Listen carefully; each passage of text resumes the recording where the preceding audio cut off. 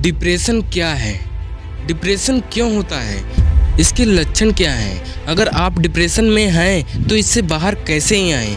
इन सभी सवालों के जवाब जानेंगे आज के इस वीडियो में। अगर आपके जान पहचान के व्यक्ति या फिर आप डिप्रेशन के शिकार हो या फिर नहीं भी हो तो भी आपको इस वीडियो को पूरा देखना चाहिए ताकि आप डिप्रेशन जैसी खतरनाक बीमारी से दूर रह सकें, क्योंकि डिप्रेशन से बाहर आना बहुत मुश्किल होता है।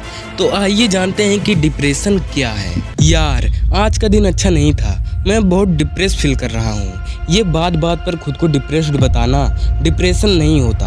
हाँ, ये डिप्रेशन को लेकर कम जानकारी जरूर हो सकती है।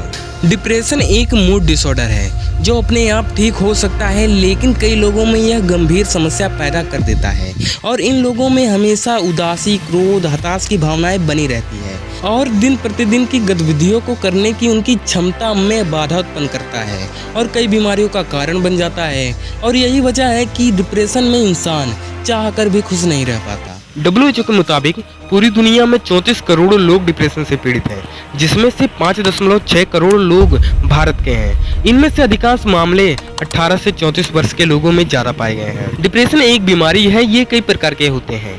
मेजर डिप्रेशन: अगर आप सप्ताह के हर दूसरे दिन खुद को डिप्रेस फील करते हैं तो इसे मेजर डिप्रेसिव डिसऑर्डर कहते हैं। ऐसे लोग हर दूसरे दिन खुद को उदास महसूस करते हैं। और अगर बात करें अन्य लक्षणों की तो इनमें रुचि या दैनिक गतिविधियों में कमी, वजन तेजी से कम होना या बढ़ना, नींद न आना, बेचैनी या उत्तेजना महसूस करना, गिल्टी महसूस करना, आत्महत्या के विचार आना और हर वक्त थका हुआ महसूस करना। इनमें से अगर 5 लक्षण आप में हैं तो आपको तुरंत डॉक्टर से संपर्क करना चाहिए। पर्सिस्टेंट डिप्रेसिव डिसऑर्डर: अगर आप 2 साल या फिर उससे भी ज़्यादा समय से डिप्रेशन में हैं तो आप पर्सिस्टेंट डिप्रेसिव डिसऑर्डर से पीड़ित हैं। इस डिसऑर्डर में 2 स्थितियां होती हैं जिन्हें डिस्टीमिया और कॉर्निंग मेजर कहा जाता है। इन दोनों स्थितियों में या तो भूख बिल्कुल भी नहीं लगती या तो आप ज़रूरत से ज़्यादा खाने लगते हैं। इसके अलावा नींद बहुत ज़्यादा या फिर बहुत कम हो जाती है और कमजोरी, सेल्फ हेटनेस, लो कंसंट्रेशन और निराशा महसूस होती है। बाइपोलर डिसऑर्डर: इस डिसऑर्डर में मूड में काफ़ी ज़्यादा उतार चढ़ाव देखने को मिलता है। ये भयानक डिप्रेशन का भी रूप ले सकती है। ऐसी स्थिति में दवाइयाँ बहुत ज़रूरी होती हैं। सीजनल इफेक्टिव डिसऑर्डर: ये ज़्यादातर सर्दियों के महीनों में देखने को मिलता है, जबकि गर्मी या अन्य महीनों में इससे राहत रहती है। इन मरीजों को डॉक्टर की सलाह से दवाई लेनी चाहिए। साइकोटिक डिप्रेशन: ऐसे लोग मानसिक डिप्रेशन से घिरे हुए होते हैं जो किसी घटना की वजह से भी हो सकता है। इन्हें अजीब अजीब से सपने आते हैं, भ्रम होता है, पागलपन आदि, लेकिन इन्हें भी दवाओं की मदद से ठीक किया जा सकता है। पोस्टपार्टम या पोस्ट डिलीवरी डिप्रेशन: इस डिप्रेशन के बारे में बहुत कम लोगों को पता है। ये 10 से 15% महिलाओं को ही होता है।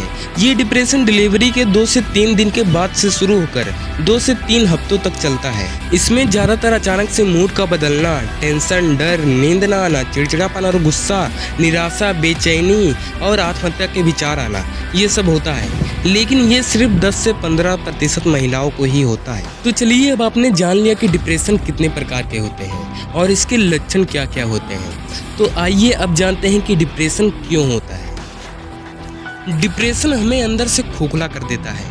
हम में से ज़्यादातर लोग कुछ ऐसी बातों को लेकर उलझ जाते हैं जिससे बाहर आना मुश्किल सा लगता है। डिप्रेशन होने का एक कारण हो सकता है जेनेटिक्स बहुत कॉम्प्लेक्स हो सकता है, क्योंकि इसमें डिप्रेशन को पैदा करने वाले सटीक जीन का पता नहीं चल पाता और आपके परिवार में डिप्रेशन का इतिहास इसकी घटना को बढ़ा देता है। मतलब अगर आपके परिवार में कभी किसी को डिप्रेशन हुआ था तो इसकी संभावना है कि आपको भी डिप्रेशन हो सकता है। डिप्रेशन ज़्यादातर ऐसे लोगों को होता है जिनकी ज़िंदगी में कोई बहुत बड़ा हादसा हुआ हो या फिर उनके पास दुखी होने की बहुत बड़ी वजह हो।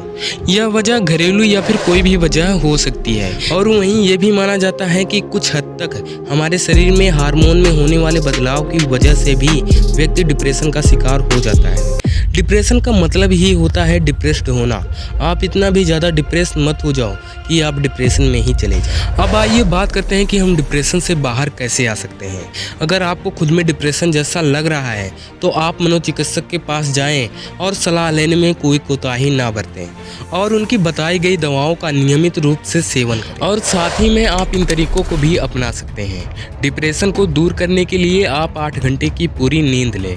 नींद पूरी होगी तो दिमाग तरोताज़ा तरोताजा रहेगा और नकारात्मक भाव मन में कम आएंगे। रोजाना सूरज की रोशनी में कुछ देर बैठें, बाहर टहलने जाएं और दोस्तों से बात करें। अपने काम पर पूरा हिसाब रखें, दिन भर में आप कितना काम करते हैं और किस काम को कितना समय देते हैं। और आपको डेली एक्सरसाइज करने की आदत डालनी चाहिए डिप्रेशन को दूर करने के लिए। और इस पे गौर करें कि इससे आपको भी अपनी गतिविधियों के बीच संतुलन बनाए रखने में आसानी होगी। दोस्तों, उम्मीद है कि आपके लिए ये वीडियो मददगार साबित होगी और डिप्रेशन के बारे में ये इन्फॉर्मेशन आपको अच्छी लगी होगी। ऐसी और वीडियो देखने के लिए वीडियो को लाइक करके वीडियो को शेयर करें और चैनल को सब्सक्राइब करके नोटिफिकेशन बेल को ऑन करना बिल्कुल भी ना भूलें।